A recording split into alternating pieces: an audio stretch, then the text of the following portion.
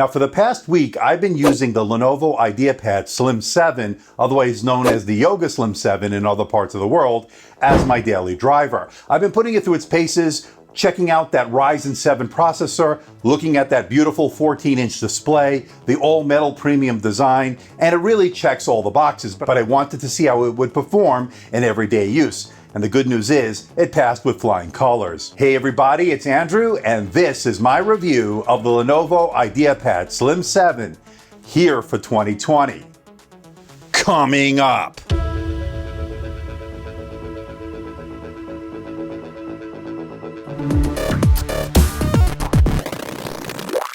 Want to see more videos like this? Why not hit that subscribe button and make sure you hit that notification bell? This way you'll be alerted every time I upload a new video.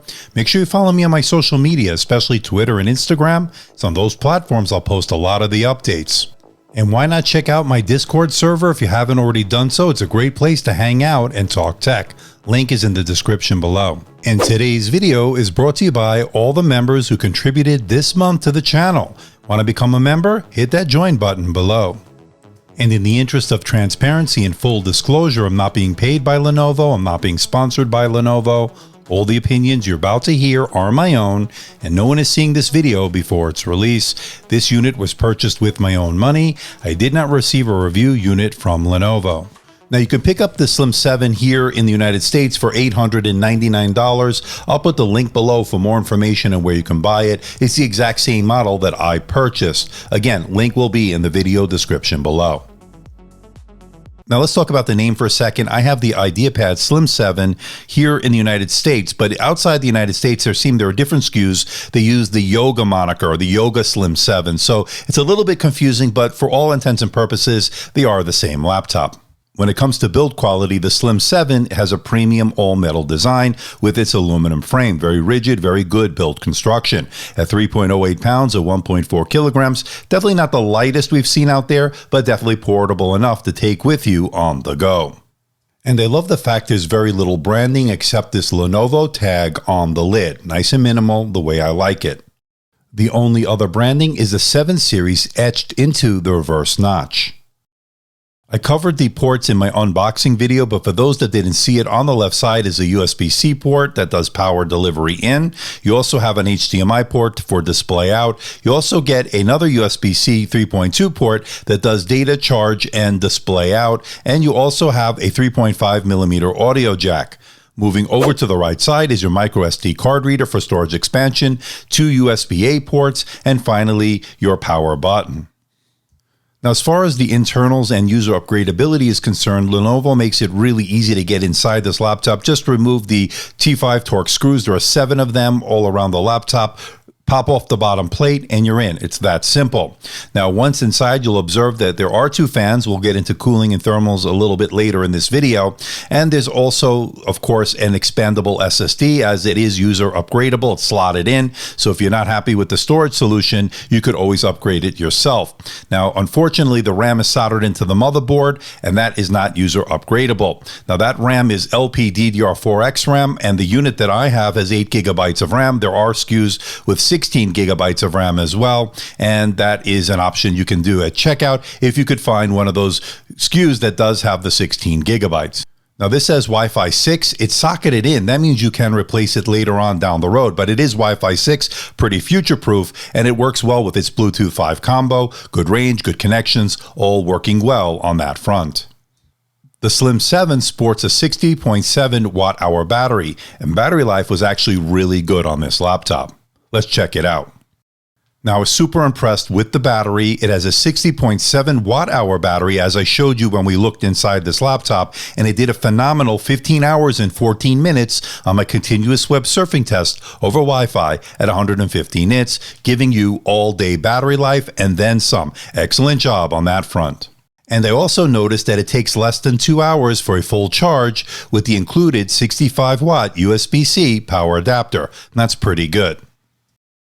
The hinges on this laptop are pretty sturdy, and yes, for those wondering, you can open the lid with one finger. Now, as far as the keyboard itself is concerned, I actually really do like it. As I mentioned in my unboxing video, these are smile-shaped keys, nicely spaced out, good tactile feedback, decent key travel, Really good in terms of sturdiness. There's not a lot of flex on this, and it worked really well. It also has a multi-stage backlight, which allows you to get work done in a dark room or a dimly lit environment. Worked well. And as far as the touchpad is concerned, it's a precision touchpad, which was very responsive. It's a glass touchpad, and it worked really well. 2-finger scrolling, buttery smooth. All the Windows 10 gestures are working as advertised. Okay, let's talk about the display. One of my favorite parts of this laptop. It's looking really good. What we're looking at is a 14-inch display with a resolution of 1920 by 1080. It's an IPS display, and it looks really good. Now, when it comes to the deep blacks, vibrant colors, good white points, good contrast, it's all there. It also covers the color gamut really well. 99% sRGB, 76% Adobe RGB, 76% of the P3 wide color gamut, 70% NTSC, making this a good choice for content creators to do Lightroom, Photoshop, and of course, video editing. It also has a really low Delta E score, meaning the color accuracy is spot on.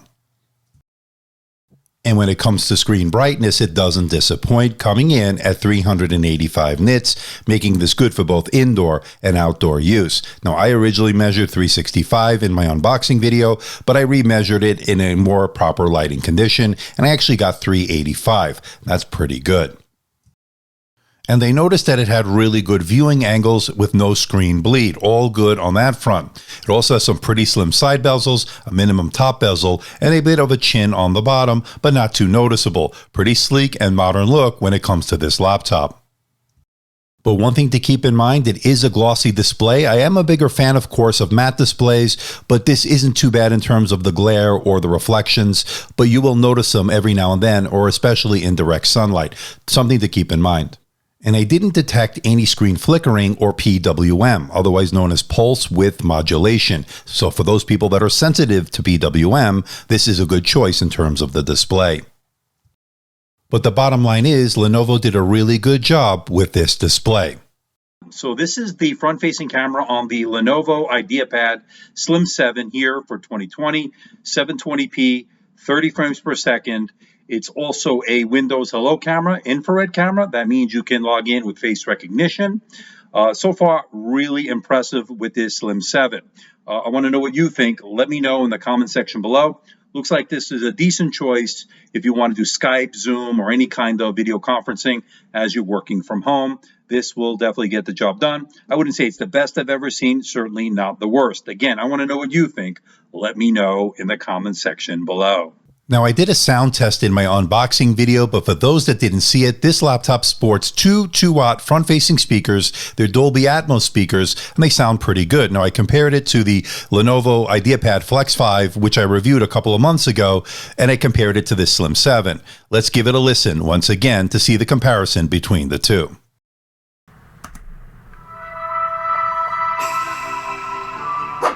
3 weeks ago, I took delivery of the Dell XPS 17 9700 that I purchased with my own money.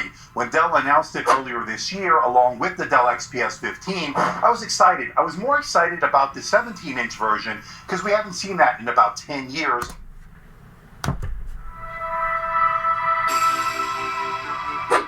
3 weeks ago, I took delivery of the Dell XPS 17 9700 that I purchased with my own money. When Dell announced it earlier this year, along with the Dell XPS 15, I was excited. I was more excited about the 17-inch version because we haven't seen that in about 10 years on the XPS line. So when I took delivery of it about 3 weeks ago, I was really excited about it. On the XPS line. So when I took delivery of it about 3 weeks ago, I was really excited about it. Now, before we get to the performance numbers and benchmarks, we want to point out there are some differences between the Ryzen 7 4700U, which is what I have here, and the Ryzen 7 4800U. It's not that much of a difference as you might think, although there are some little differences here and there that do make a little bit of a difference. Let's get into the numbers now.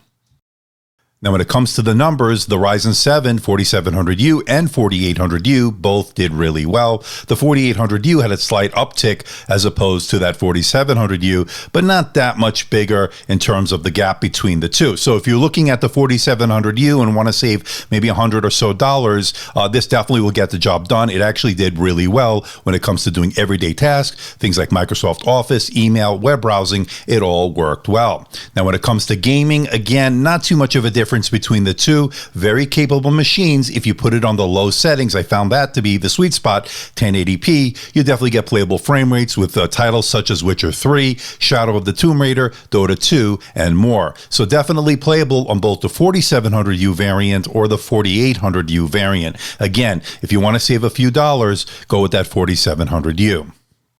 Now, when I put this under the stress test, the Prime 95 stress test that I ran, it got to about 3.6 gigahertz for about 5 seconds before steadily falling and stabilizing at 2.3 gigahertz with a core temperature of 65 degrees Celsius. And when I ran my gaming test, the Witcher 3 gaming test, which is indicative of what you're going to do for the casual gamer, the integrated GPU remains stable at its advertised clock rate. Pretty good.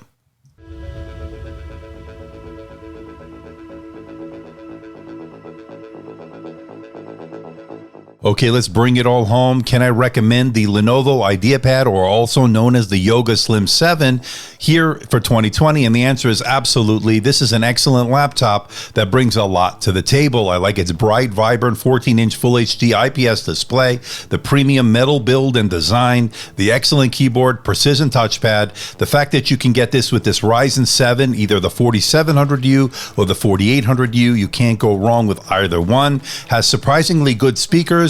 I like the fact that you're getting all-day battery life and then some. It also has FreeSync support to help with your gaming experience. The negatives here, as I mentioned in my unboxing video, non-upgradable RAM, no Thunderbolt 3 ports, no 4K display option, but when it's all said and done, Lenovo has delivered an outstanding laptop that comes in at a great price. This is a definite recommend, making it worth your money.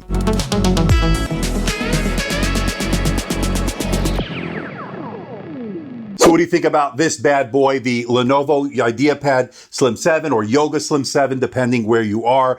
Really premium all-metal build, nice, thin, light, portable laptop that really checks all the boxes. I like that Ryzen 7 processor. Now, I have the 4700U, but as you saw from the numbers, the 4800U are very similar in terms of the performance. A little bit better, of course, with that 4800U. Not much, but a good indicator of what you can expect if you go with this $899 model, as I did. Now, as far as the display, 14-inch IPS display, a non-touch display, gets very bright. I measured 385 this time around, and I think that's pretty much what you want from this. A really nice bright display, not too many reflections or glare, although it is glossy. Not too bad. I've seen worse in other laptops. Now, as far as the battery life, insane battery life. I got 15 plus hours on my continuous web surfing test over Wi-Fi at 150 nits, giving you all day plus battery life. That's actually been pretty good. Now, as far as performance, like I said, the benchmarks are all there. The gaming is there. If you put it on low settings, it all worked well. Now, the port selection was pretty good, although of course you don't get a Thunderbolt 3. Again, not a big deal breaker for most people. So this is a good port selection on this laptop. I also thought the speakers were actually surprisingly good, as I mentioned in my unboxing video. They get loud. They're top-firing speakers, which I really like. And I thought there was a hint of bass. Not bad. Filling up a nice-sized room pretty nicely. I was actually pretty surprised at how good the speakers are on this laptop. But as far as I'm concerned, there are no deal breakers here, ladies and gentlemen. $899 sounds about right. Again, a premium all-metal design. Definitely worth that price tag, in my opinion. Good performance out of that Ryzen 7. Excellent battery life. Really nice display. What more can you say? So please hit the like button. Please subscribe. Please share this video. Don't forget to leave a comment in that comment section below. Let me know how I'm doing. Let me know if there's a device or something out there you think I should review. I'll do my best to try to make that happen. Don't forget to check me out on Facebook, Twitter, Instagram, and of course my website, amdtechreviews.com. So until next time, this is Andrew from AMD Tech. See ya.